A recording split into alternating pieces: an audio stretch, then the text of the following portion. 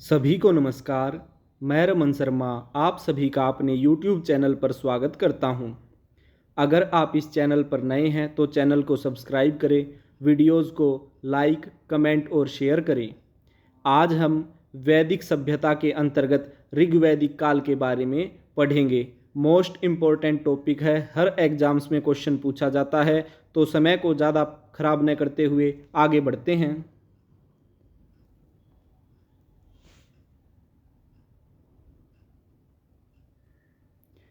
वैदिक सभ्यता।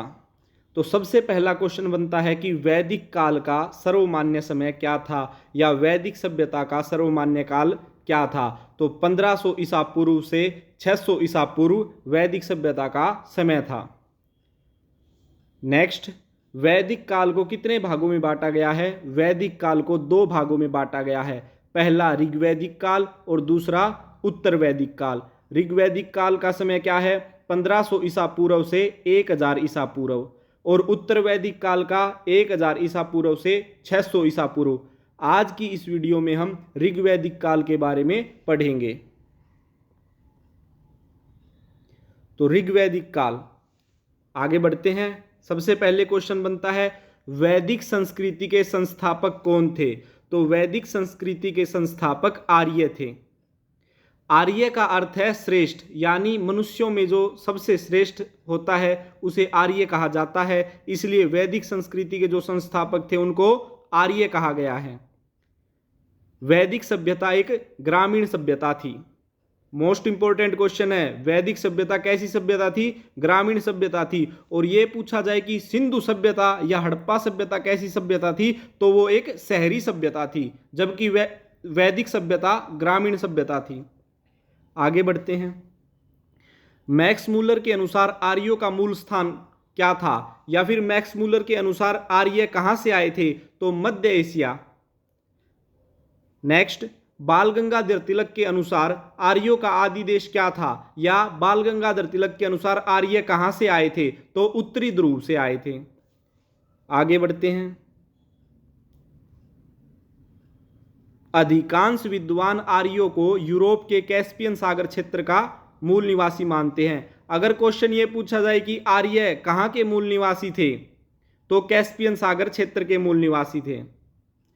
अगर ये पूछा जाए कि मैक्स मूलर के अनुसार कहाँ के मूल निवासी थे, तो मध्य एशिया के थे। और बाल गंगाधर तिलक के अनुसार पूछा जाए तो आपका आंसर होगा उत्तरी ध्रुव।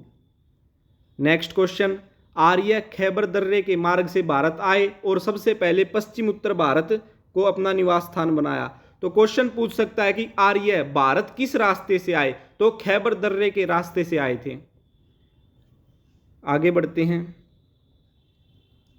बोगज कोई अभिलेख के अनुसार आर्य एशिया माइनर से भारत आए। तो क्वेश्चन पूछ सकता है कि बोगज कोई अभिलेख के अनुसार आर्य भारत में किस रास्ते से आए, तो एशिया माइनर के रास्ते से आए थे। अब क्वेश्चन बनता है कि बोगज कोई अभिलेख किन शासकों ने लिखवाया था, तो बोगज कोई अभिलेख को हिट्टाइट शासकों ने लिखवाया था। नेक्स्ट क्वेश्चन, आर्य सर्वप्रथम कहां बसे। जब आर्य पहली बार भारत आए तो भारत के अफगानिस्तान के हिस्से और पंजाब में बसे थे। नेक्स्ट क्वेश्चन, आर्य भारत आकर जिस क्षेत्र में बसे उसे क्या कहा गया है, तो उसे सप्त सैंधव प्रदेश कहा गया है। नेक्स्ट क्वेश्चन, ऋग्वेद में सप्त सैंधव प्रदेश को क्या कहा गया है, तो ऋग्वेद में इसे ब्रह्मावर्त कहा गया है। नेक्स्ट क्वेश्चन की तरफ बढ़ते हैं। आर्यों की भाषा क्या थी, तो आर्यों की भाषा संस्कृत थी। नेक्स्ट, ऋग्वैदिक काल की जानकारी का स्रोत क्या है, ऋग्वेद है। जो ऋग्वैदिक समय में हमें जो भी जानकारियां मिलती हैं वो किससे मिलती है, या किस ग्रंथ से मिलती है, ऋग्वेद से मिलती हैं।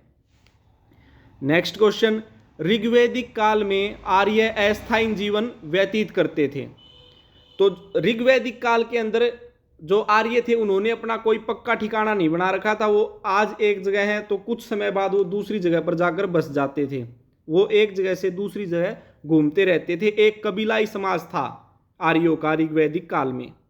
नेक्स्ट क्वेश्चन की तरफ बढ़ते हैं। ऋग्वेद की अनेक बातें अवेस्ता में मिलती है। अवेस्ता एक ग्रंथ है, ईरानी भाषा का सबसे प्राचीनतम ग्रंथ कौन सा है, अवेस्ता है। और ऋग्वेद की अनेक बातें अवेस्ता के अंदर लिखी गई हैं। नेक्स्ट क्वेश्चन, आर्यों का समाज कैसा था? तो आर्यों का समाज पितृ प्रधान था या आर्यों का समाज पितृसत्तात्मक था, जबकि जो सिंधु सभ्यता या हड़प्पा सभ्यता थी उनका समाज मातृसत्तात्मक था। आगे बढ़ते हैं। ऋग्वैदिक काल में महिलाओं को शिक्षा प्राप्त करने तथा राजनीतिक संस्थाओं में भाग लेने की स्वतंत्रता प्राप्त थी। जो ऋग्वैदिक काल था उसके अंदर महिलाओं की जो स्थिति थी वो बहुत ही अच्छी थी, क्योंकि उस समय महिलाओं को पढ़ने लिखने का अधिकार था और राजनीतिक संस्थाओं में वो भाग भी ले सकती थी। उनके ऊपर किसी प्रकार की कोई रोक टोक नहीं थी। नेक्स्ट, ऋग्वैदिक काल की विदुषी महिलाएं। जो ऋग्वैदिक काल की जो महिलाएं हुई हैं जो प्रसिद्ध थी, उनके नाम क्या क्या थे? अपाला, घोषा, विश्ववारा, शिक्ता और लोपामुद्रा। नेक्स्ट क्वेश्चन, ऋग्वैदिक काल में लंबे समय तक विवाह न करने वाली महिलाओं को क्या कहा जाता था? तो जो महिलाएं लंबे समय तक विवाह नहीं करती थी उनको अमाजू कहा जाता था। मोस्ट इंपोर्टेंट क्वेश्चन है, काफी बार एग्जाम्स में पूछा गया है। नेक्स्ट क्वेश्चन की तरफ बढ़ते हैं। ऋग्वैदिक काल में बाल विवाह, तलाक, सती प्रथा, पर्दा प्रथा का प्रचलन नहीं था। आज के समय में या हमारे आज से 10 साल, 15 साल, 20 साल, 50 साल, 100 साल पहले जो हमारे समाज में कुप्रथाएं थी और जिनमें से कुछ अभी भी बची हुई हैं, जैसे बाल विवाह, तलाक, सती प्रथा और पर्दा प्रथा, ये ऋग्वैदिक काल के अंदर बिल्कुल भी नहीं थी। यानी उस समय की महिलाओं की स्थिति बहुत ही अच्छी हुआ करती थी। नेक्स्ट क्वेश्चन, आर्यों का मुख्य व्यवसाय क्या था? तो आर्यों का मुख्य व्यवसाय पशुपालन और कृषि था और आर्यों की संपत्ति की गणना भी उनके पशुओं की संख्या पर निर्भर करती थी। जिसके पास जितने अधिक पशु होंगे वह उतना ही अमीर व्यक्ति माना जाता था। नेक्स्ट क्वेश्चन, ऋग्वैदिक आर्य जौ की खेती पर अधिक ध्यान देते थे। तो मोस्ट इंपोर्टेंट क्वेश्चन है कि ऋग्वैदिक काल में आर्य किसकी खेती पर अधिक ध्यान देते थे? जौ की खेती पर अधिक ध्यान देते थे। और जौ का प्राचीन नाम क्या है? यव है। मोस्ट इंपोर्टेंट क्वेश्चन है, जौ का प्राचीन नाम यव है।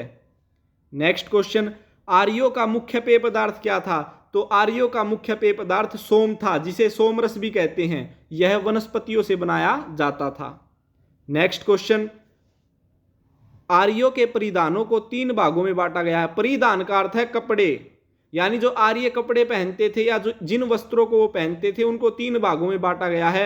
उनके क्या क्या नाम थे? वास, अधिवास और उष्णीय। नेक्स्ट क्वेश्चन, ऋग्वैदिक काल में परिधान के नीचे पहने जाने वाले अधोवस्त्र को निवि कहा जाता था। अधोवस्त्र का अर्थ है अंडरगारमेंट्स। जो हम अंडरगारमेंट्स अब पहनते हैं उस समय अधोवस्त्र को क्या कहा जाता था? निवि कहा जाता था। नेक्स्ट क्वेश्चन की तरफ बढ़ते हैं। ऋग्वैदिक काल में वस्तु विनिमय प्रणाली प्रचलित थी। वस्तु विनिमय प्रणाली का अर्थ है कि मेरे पास गेहूं है और मुझे जूतों की जरूरत है, तो मैं दूसरे व्यक्ति को जिसके पास जूते हैं उसे गेहूं की जरूरत हो तो गेहूं देकर उसके बदले में जूते ले लूं। इस प्रणाली को वस्तु विनिमय प्रणाली कहा जाता है। तो ऋग्वैदिक काल में वस्तु विनिमय की प्रणाली प्रचलित थी। नेक्स्ट क्वेश्चन, ऋग्वैदिक काल में पालतू पशु, यानी पूछ सकता है कि ऋग्वैदिक काल में या आर्यों ने पालतू पशु किन्हें बनाया? तो गाय, बकरी, भेड़ और घोड़ा, इनको आर्य पालतू पशु बनाते थे। नेक्स्ट क्वेश्चन, गाय को अघन्या कहा जाता था। अघन्या का अर्थ है न मारे जाने योग्य पशु, और जो व्यक्ति गाय को मार देता था उसके लिए मृत्यु दंड या देश निकाले की सजा दी जाती थी।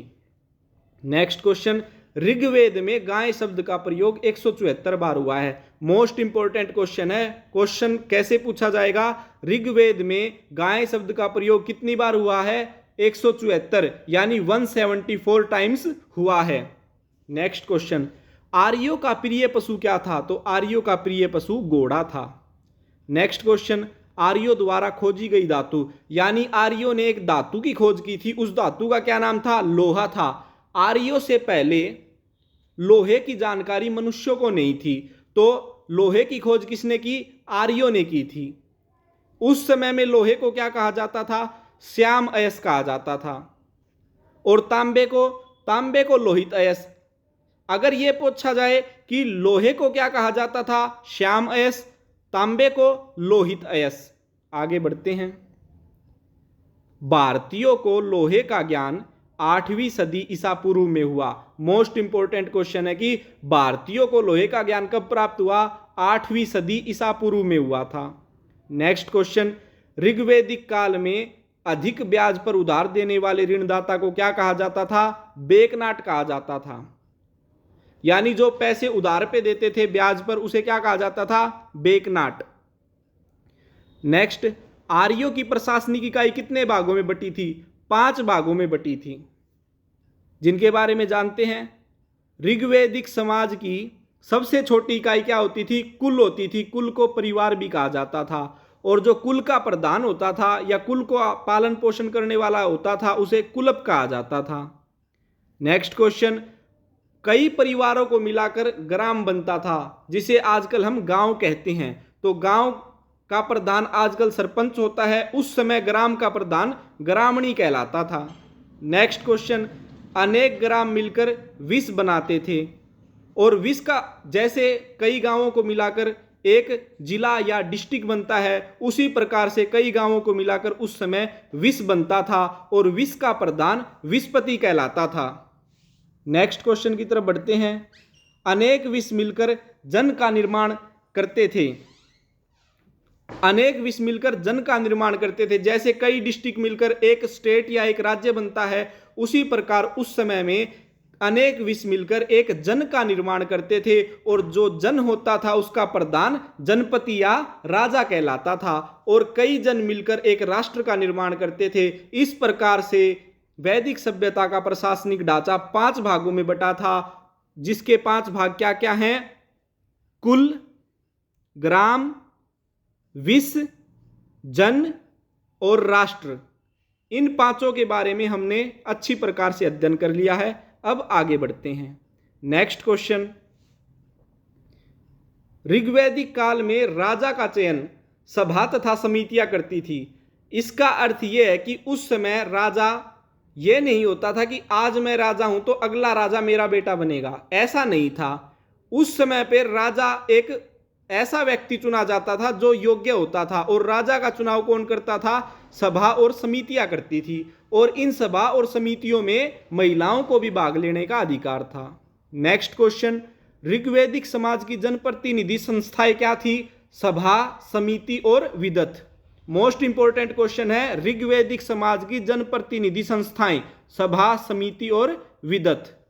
आगे बढ़ते हैं नेक्स्ट क्वेश्चन की तरफ। आर्यों की सर्वाधिक प्राचीन संस्था कौन सी थी? तो आर्यों की सर्वाधिक प्राचीन संस्था विदत थी। नेक्स्ट क्वेश्चन, सभा क्या थी? तो सभा थी समाज के विशिष्ट जनों की संस्था, यानी समाज के अंदर जो विशेष लोग थे उनकी संस्था को क्या कहा जाता था? सभा। और समिति क्या थी? समिति समुदाय की आम सभा थी, यानी उस समय जो समाज था उसके जो आम लोग थे, मतलब सभी लोग उसमें भाग ले सके, उसे समिति कहा जाता था। और समिति के अध्यक्ष को ईशान कहा जाता था। मोस्ट इंपोर्टेंट क्वेश्चन है, ऋग्वैदिक काल में समिति के अध्यक्ष को क्या कहा जाता था? ईशान कहा जाता था। नेक्स्ट क्वेश्चन, ऋग्वैदिक काल में जनता की गतिविधियों को देखने वाले गुप्तचर को क्या कहा जाता था? सपस। यानी ये उस समय एक सीआईडी के रूप में काम करते थे। यानी ऋग्वैदिक काल में गुप्तचरों को क्या कहा जाता था? सपस कहा जाता था। नेक्स्ट क्वेश्चन, ऋग्वैदिक काल में पुलिस को क्या कहा जाता था? तो ऋग्वैदिक काल में पुलिस को उग्र कहा जाता था। नेक्स्ट क्वेश्चन की तरफ बढ़ते हैं। ऋग्वैदिक काल में दुर्गों की रक्षा के प्रति उत्तरदायी कौन था? पुरप। यानी ऋग्वैदिक काल में जो महल या किले होते थे जिन्हें दुर्ग कहा जाता है, तो दुर्गों की रक्षा कौन करता था? पुरप करता था। नेक्स्ट क्वेश्चन, ऋग्वैदिक काल में प्रजा द्वारा राजा को स्वेच्छा से दिया जाने वाला उपहार क्या था? बलि। बलि एक प्रकार का टैक्स होता था, यानी जब आम जनता को कोई ना कोई लाभ होता था या फिर 1 साल बाद वो जितनी भी अपनी इनकम होती थी उससे राजा को टैक्स देते थे, उसको बलि बोला जाता था। वो राजा द्वारा उन पर थोपा नहीं जाता था। वो प्रजा अपनी स्वेच्छा से उनका जितना मन करता था, किसी का 10 रुपए का मन करता तो 10, किसी का 100 का मन करता 100, वो अपने हिसाब से राजा को टैक्स दिया करते थे। राजा उनके ऊपर थोपा नहीं करता था। तो ऋग्वैदिक काल में प्रजा द्वारा राजा को स्वेच्छा से दिया जाने वाला उपहार क्या कहलाता था? बलि कहलाता था। नेक्स्ट क्वेश्चन, ऋग्वैदिक काल का सबसे महत्वपूर्ण देवता या ऋग्वेद का सबसे महत्वपूर्ण देवता कौन है? इंद्र है। और इंद्र का अन्य नाम या इंद्र को उस समय क्या कहा जाता था? पुरंदर कहा जाता था। नेक्स्ट क्वेश्चन, वरुण देवता को अन्य नाम से जाना जाता था, वो क्या नाम था? ऋतस्य गोपा। वरुण का अन्य नाम ऋतस्य गोपा। अग्नि का अन्य नाम जातिवेदस। मोस्ट इंपॉर्टेंट क्वेश्चन है, क्वेश्चन एग्जामिनर आपसे पूछेगा वरुण को ऋग्वैदिक काल में क्या कहा जाता था? ऋतस्य गोपा कहा जाता था। या फिर यह पूछ सकता है कि वरुण को क्या कहा जाता था? तो ऋतस्य गोपा। और अग्नि का अन्य नाम जातिवेदस। नेक्स्ट क्वेश्चन की तरफ बढ़ते हैं। सूर्य का अन्य नाम क्या था? तो सूर्य का अन्य नाम भुवन चक्षु था, यानी इस संसार को रोशनी प्रदान करने वाला।